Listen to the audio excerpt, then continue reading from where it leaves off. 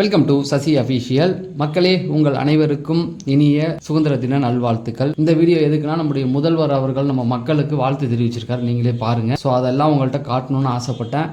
So முதல் தடவையாக நம்ம முதல்வர் வந்து கொடி ஏற்றிருக்காரு இல்லையா, அதை காட்டுறதுக்கு தான் இந்த வீடியோவை நான் உங்களுக்கு போட்டிருக்கேன். ஓகேங்களா, பார்த்துங்க. இந்த வீடியோவை லைக் பண்ணிட்டு சேனலை சப்ஸ்கிரைப் பண்ணிடுங்க. ஃபஸ்ட்டு எடுத்தவொடனே ரஜினி சார் இன்னையோட சினிமாக்குள்ளே வந்து 51 வருடங்கள் நிறைவடைஞ்சிருச்சு. போன வருஷம் 50வது வருஷம் தொடக்கம். இந்த வருஷம் 50வது வருடத்தை நிறைவு பண்ணுறாரு. இதுதான் கரெக்டாக இருக்கும். 50 வருஷம் முடிவு பண்ண அதுதான் அந்த 50 வருஷ கணக்கை வந்து ஃபில்லப் பண்ணி காட்டும். தொடக்கம் எப்போவுமே அது பெருசாக செலிப்ரேட் பண்ண மாட்டாங்க, எண்டு தான். பட் ரெண்டையுமே பெருசாக செலிப்ரேட் பண்ணலை. ஏன்னா இந்த டேட்டில் வந்து ஜெயிலர் படம் வரும்னு எல்லாருமே பெரும் எதிர்பார்ப்போடு காத்திருந்து ஏமாற்றம். ஆனால் அது ஜெயிலர் 1 வந்து இந்த டைமில் தான் வந்துச்சு.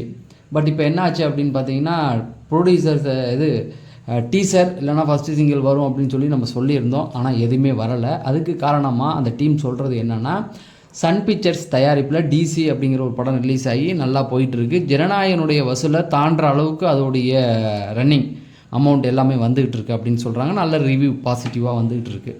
ஆக்ஷன் விரும்பிகள் இந்த படத்தை கொண்டாடுறாங்க அப்படின்னு சொல்கிறாங்க. அதனால அந்த படத்துக்கு எந்த ஒரு பாதிப்பும் வந்துடக்கூடாது. ஏன்னா இப்போ இந்த Sun Pictures update, Rajini sir update கொடுக்கக்கூடாது. கொடுத்தா டைவெர்ட் ஆயிரும். பொதுவாகவே அப்படி தான் பண்ணுவாங்க. ஒரு படம் கையில் இருக்கும்போது இன்னொரு படத்தை பார்த்து அப்டேட் கொடுத்தாங்கன்னா இதை பற்றின டாக் குறைஞ்சிரும் அப்படின்னு சொல்லி அதை வந்து நிறுத்தி வச்சுருக்கதா சொல்கிறாங்க. ஆனாலும் சன் பிக்சர்ஸ் இந்த வேலை பண்ணியிருக்கக்கூடாது.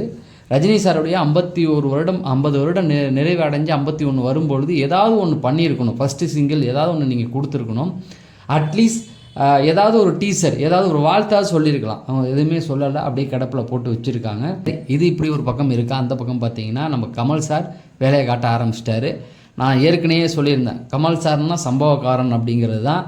அவர் யார்கிட்டையாவது நடிக்க போகும்போது தான் கொஞ்சம் வேலையை காமிப்பார். இழுத்து விடுறது, செலவை இழுத்து விடுறது, வேகமாக போடுறது, இந்த மாதிரிலாம். யாரும் தப்பாக எடுத்துக்க வேண்டாம். கமல் சார் ரசிகர் பார்த்தீங்கன்னா கேஎஸ் ரவிக்குமாரே சொல்லியிருக்காரு, நிறைய படங்களில் செலவை இழுத்து விட்ருவார் அவர். ஏன்னா கெட்டப் மாற்றணும், அது பண்ணணும், இது பண்ணணும் அப்படின்னு சொல்லி அவருடைய சிந்தனை அப்படியே ஒரு நாளைக்கு ஒரே விஷயத்தை 10 தடவைமாக சிந்திச்சிருவார் அப்படிங்கிற மாதிரி சொல்லியிருப்பார். ஆனால் அவர் தயாரிக்கிற படங்களை ரொம்ப கண்ட்ரோலாக வச்சுருப்பார். தினைக்கும் ஷூட்டிங் பார்ட் செக் பண்ணுறது, இன்றைக்கி ஷூட்டிங் நடந்ததா இல்லையா எல்லாத்தையுமே செக் பண்ணுவார். அதன்படி அவருடைய கண்ட்ரோலில் தான் எல்லாமே நடக்கும். ஆனால் பக்காவாக பிளான் போட்டிருப்பார். இந்த படத்தோடைய எப்படி வந்து இந்த படம் வந்து ஷூட்டிங் போகணும், அதுக்கப்புறமேட்டுக்கு இதுக்காக வந்து ப்ரொமோஷன் ஒர்க்கும் எந்த மாதிரி போகணுன்றதெல்லாம் பக்காவாக பண்ணியிருப்பார். அதன்படி பார்த்தீங்கன்னா படம் 2வது ஷெடியூலில் ஆரம்பிச்சிட்டாங்க. ஏற்கனவே நம்ம சொல்லியிருந்தோம். அடுத்தது இந்த படத்துக்கான அவங்க விட்டிருந்த ஸ்டில்ஸ் எல்லாம் நீங்கள் பார்த்துக்கிட்டே இருக்கலாம். ஃபஸ்ட்டு அந்த இமேஜ் ரிலீஸ் பண்ணியிருந்தாங்களா, இந்த 2 நாட்களுக்குள்ளேயே செகண்ட் ஷெடியூல் ஆரம்பிக்கிறதையே ஒரு வீடியோவாக ரிலீஸ் பண்ணியிருந்தாங்க. யாருமே இந்த மாதிரி அப்டேட்லாம் தரமாட்டாங்க. ஆனால் அவர் கொடுத்துக்கிட்டே இருக்கார் பாருங்கள். அடுத்தது பார்த்தீங்கன்னா, நேற்று இதில் விஎஃப்எக்ஸில் ஒரு ஸ்டில்லு மாதிரி 51 கம்ப்ளீட் பண்ணுற விதமாக போட்டிருந்தாங்க. காலையில் சுதந்திர தின விழாவுக்கு ஒரு ரஜினி சாரோடைய ஸ்டில்லை ரிலீஸ் பண்ணியிருந்தாங்க. ஈவினிங் பார்த்தீங்கன்னா 51 செலிப்ரேஷன், அதை கேக் வெட்டி ரஜினி சார் கொண்டாடுற மாதிரி அதை அழகாக சூப்பராகவே பண்ணியிருந்தாங்க.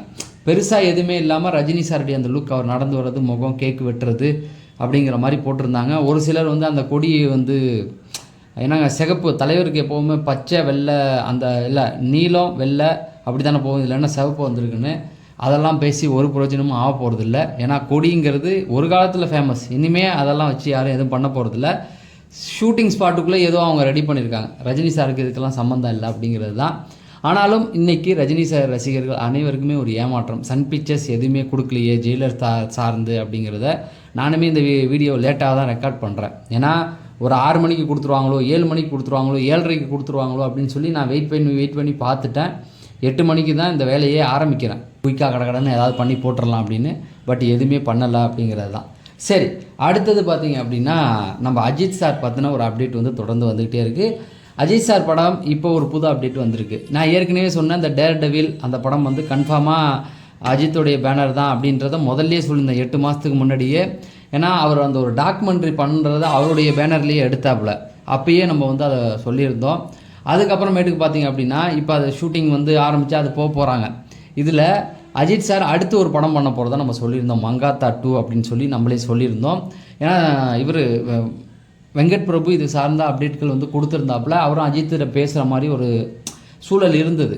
பட் இப்போ அதுக்கப்புறமேட்டுக்கு என்ன பண்ணாங்க அப்படின்னு பார்த்தீங்கன்னா, சங்கருடைய வேல்பாரி அந்த வேல்பாரி கதையை வந்து அவர் எடுக்கிறதுக்கு ப்ரொடியூசர் கிடைக்கல. ஏன்னா அவர் வந்து கடைசி 2 படங்களை சொதப்பிட்டாரு அப்படிங்கிறதுனால ப்ரொடியூசர்ஸ் கிடைக்கல. இதுதான் பெரிய இயக்குநர்களுக்குள்ள பிரச்சனை. ஏன்னா பட்ஜெட்டை ஏற்றி விட்ருவாங்க அப்படின்னு சொல்லி எல்லாமே நேக்காக கைண்டிக்கிறாங்க. அப்போ அதுக்கு அஜய் சங்கர் என்னென்னா ப்ரூவ் பண்ண வேண்டிய ஒரு கட்டாயம் இருக்குது. இப்போ அதுக்கு என்ன பண்ணணும் அப்படின்னா, ஏதாவது ஒரு ஹீரோ வச்சு ஒரு ஹிட்டு கொடுக்கணும். அதுவும் பெரிய அளவில் இல்லாமல் பட்ஜெட் கொஞ்சம் கம்மியாக இருக்கணும், வசூல் கொஞ்சம் பெருசாக இருக்கணும். அப்படின்னா அது அஜித் சாரை வச்சு பண்ணால் மட்டும்தான் முடியும், வேறு ஆப்ஷனே இல்லை. இப்போக்கி தமிழ் சினிமாவில் நீங்கள் சங்கருக்கு ஈக்குவலாக ரஜினி சார்கிட்டலாம் இப்போ பண்ண முடியாது. ஏன்னா அவருடைய கால் ஷீட் கமல் சார் ஒத்துக்கவே மாட்டார், ரஜினி சார் கால் ஷீட் கொடுக்கவே மாட்டார். ஏன்னா அவருக்கெலாம் 2-3 வருஷம்லாம் ரொம்ப பெரியது. அதுவும் சங்கர் படத்துலலாம் இனிமேல் அவரால் நடிக்க முடியாது. வேறு எந்த ஹீரோ குட்டியும் போயிட்டு பெரிய வசூல்னா அஜித் மட்டும்தான் இப்போக்கி அவர் கையில் இருக்கிறது.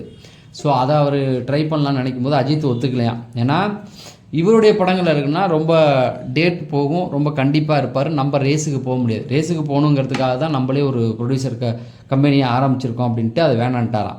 இப்போ சிறுத்தை சிவா கூட அவர் படம் பண்ண போகிறதா செய்தி வருது. ஸோ சிறுத்தை சிவா அவருக்கும் ஒரு பெரிய பாண்ட் இருந்தது. 4 படம் கொடுத்துருந்தார். அதில் 4ல் 3 ஹிட்டு சிறுத்தை சிவா கொடுத்ததில். விவேகம் மட்டும் அஜித் சார் சொன்ன கதையை அவர் எடுத்ததுனால அவருக்கு வந்து அது பெருசாக பண்ண முடியல. பாக்கி எல்லாமே ஹிட்டு கொடுத்தாப்புல. அஜித்தை விட்டு வெளில வந்து அண்ணாத்தை, அந்த அண்ணாத்தை அப்படியே ரஜினி சாருக்கும் அப்போ இவருக்கும் அப்பா போயிடுச்சு. பட் கதை ஓரளவுக்கு இதாக இருந்தாலும் அதை ஸ்க்ரீன் பிளேயை சொதப்பி விட்டுருந்தார். அங்குவா அப்படின்னு ஒரு படம் பண்ணியிருந்தாரு, அதுவும் வந்து முடிச்சு விட்டாங்க அப்படிங்கிறது தான். 2 படமும் முடிச்சு விட்டனால அவரை வச்சு அவர் கூட நடிக்கிறதுக்கு ஹீரோக்கள் தயங்குறாங்க, வேறு ஆப்ஷனே கிடையாது. அவர் வந்து கார்த்திக் கூட ஒரு படம் பண்ண வேண்டியதாக இருந்தது. ரொம்ப நாளாக சிறுத்தைக்கு அப்புறம் கார்த்திக் கூட ஒரு படம் பண்ண போகிறான்னு யோசிச்சுக்கிட்டே இருந்தாங்க. கடைசியாக 2 ஹிட்டு கொடுத்தாரு இல்லையா, அண்ணாத்தையும் கங்குவாவும். அதை பார்த்துட்டு கார்த்தி எஸ் ஆகிட்டாப்புல, வேறு ஆப்ஷனே இல்லை. அப்புறமேட்டுக்கு அஜித்திட்ட பேசியிருக்காப்புல, அஜித் கால் ஷீட் தரேன்னு சொல்லியிருக்காப்புலையா. ஸோ அடுத்து அஜித் இந்த டேர் டெவிலுக்கு அப்புறம் சிறுத்தை சிவா கூட ஒரு படம் பண்ண போகிறாரு. கண்டிப்பாக சிறுத்தை சிவாவுக்கு அஜித்தை ஹேண்டில் பண்ண தெரியும். அஜித் 2 பேருக்குமே ஒரு நல்ல பாண்ட் இருக்கனால ஒரு பக்கா அது ஒரு கமர்ஷியலாக அந்த படம் வந்து விழும் அப்படிங்கிறதுல மாற்று கருத்து கிடையாது. அடுத்தது ஜெயிலர் 2 கூட இது ஓம் படம் வருதுன்னு சொல்லிட்டு இருந்தோம் இல்லையா. இப்போ தனஞ்சயன் வந்து இதை பற்றி ஒரு இன்டர்வியூ கொடுத்துருக்காப்புல. அவர் நிறைய விஷயம் பேசினார் இந்த இன்டர்வியூக்கு கொடுக்குறது. அதாவது படத்தோட ப்ரொமோஷனுக்கு ஹீரோஸ் வரதில்லை, அஜித் வரதில்லை, நயன்தரா வரதில்லை, அதெல்லாம் பற்றி பேசிட்டு ஓம் படம் வந்து கண்டிப்பாக ஜெயிலர் 2 கூட ரிலீஸ் ஆகாது அப்படின்னு சொல்லி ஒரு அப்டேட் கொடுத்துருக்காப்புல. ஏன்னா நியாயமான ஒரு வசூல் வந்து தனுஷ்க்கு எப்போவுமே கிடைக்கும். அதாவது அவருடைய பட்ஜெட்டில், அதாவது 100 கோடியை நெருங்கி 100 கோடிக்கு முன்னாடி, அதுக்கப்புறம் 100 கோடியை தாண்டி இதுக்குள்ளே அவருடைய வசூல் ஒன்று இருக்குது. அந்த நியாயமான வசூல் ஜெயிலர் 2 கூட அவர் ரிலீஸ் பண்ணார்னா கண்டிப்பாக கிடைக்க வாய்ப்பு கிடையாது அப்படிங்கிறத வந்து தெளிவாக சொல்லியிருக்காப்புல. ஏன்னா அவர் தனுஷ் கொஞ்சம் போல்ட்டு தான், அது எந்த மாற்று கருத்தும் கிடையாது. எப்படி சொல்கிறேன்னா, பொன்னியின் செல்வன் படம் ரிலீஸ் ஆகும்போது நானே வருவேன் அந்த படத்தோடைய இதை விட்டுருந்தாப்புல. அவங்க அண்ணனுடைய கதையில் அதை எடுத்து பண்ணியிருந்தாப்புல. அது ரொம்ப போல்டான ஒரு விஷயம். அப்படி ஒரு தமிழ்நாடே எதிர்பார்த்துக்கிட்டு இருக்க ஒரு படத்தை ரிலீஸ் பண்ணும்போது ஆப்போசிட்டில் இவர் ஒரு படத்தை கொடுத்து, ஏன்னா எல்லாருமே அந்த படத்தை பார்க்க தான் போவாங்க. அந்த அளவுக்கு எதிர்பார்ப்புள்ள ஒரு கதைக்கு இவர் போய் என்ன பண்ணிட்டாரு, இவர் ஒரு படம் கொடுத்துருந்தாப்புல. அந்த மாதிரி ரஜினி சார் கூடலாம் பண்ண தேவையில்லை. ஏன்னா அந்த படமும் அவுட்டு, கொஞ்சம் பெரிய இதெல்லாம் கிடையாது. அதே போல் இதையும் கொடுத்துட்டு இது பெரிய லாஸ் ஆகிடக்கூடாது அப்படிங்கிறதுக்காக அந்த படத்தை வந்து மாற்றி வச்சுட்டாங்க அப்படிங்கிற மாதிரி தான் இப்போ செய்திகள் வந்துகிட்டு இருக்குது. ஸோ இதுதான் இன்றைக்கான அப்டேட். தொடர்ந்து நம்ம அப்டேட் கொடுத்துட்டு இருப்போம். அது தெரிஞ்சுக்க நம்ம சேனலை சப்ஸ்கிரைப் பண்ணிட்டு வீடியோ லைக் பண்ணுங்கள். சோஷியல் மீடியா பேஜ் எல்லாமே டிஸ்கிரிப்ஷனில் இருக்குது, அதுலேயும் உங்களுடைய பங்களிப்பை கொடுங்க அப்படிங்கிறத சொல்லி நான் விடைபெறேன். நன்றி, வணக்கம்.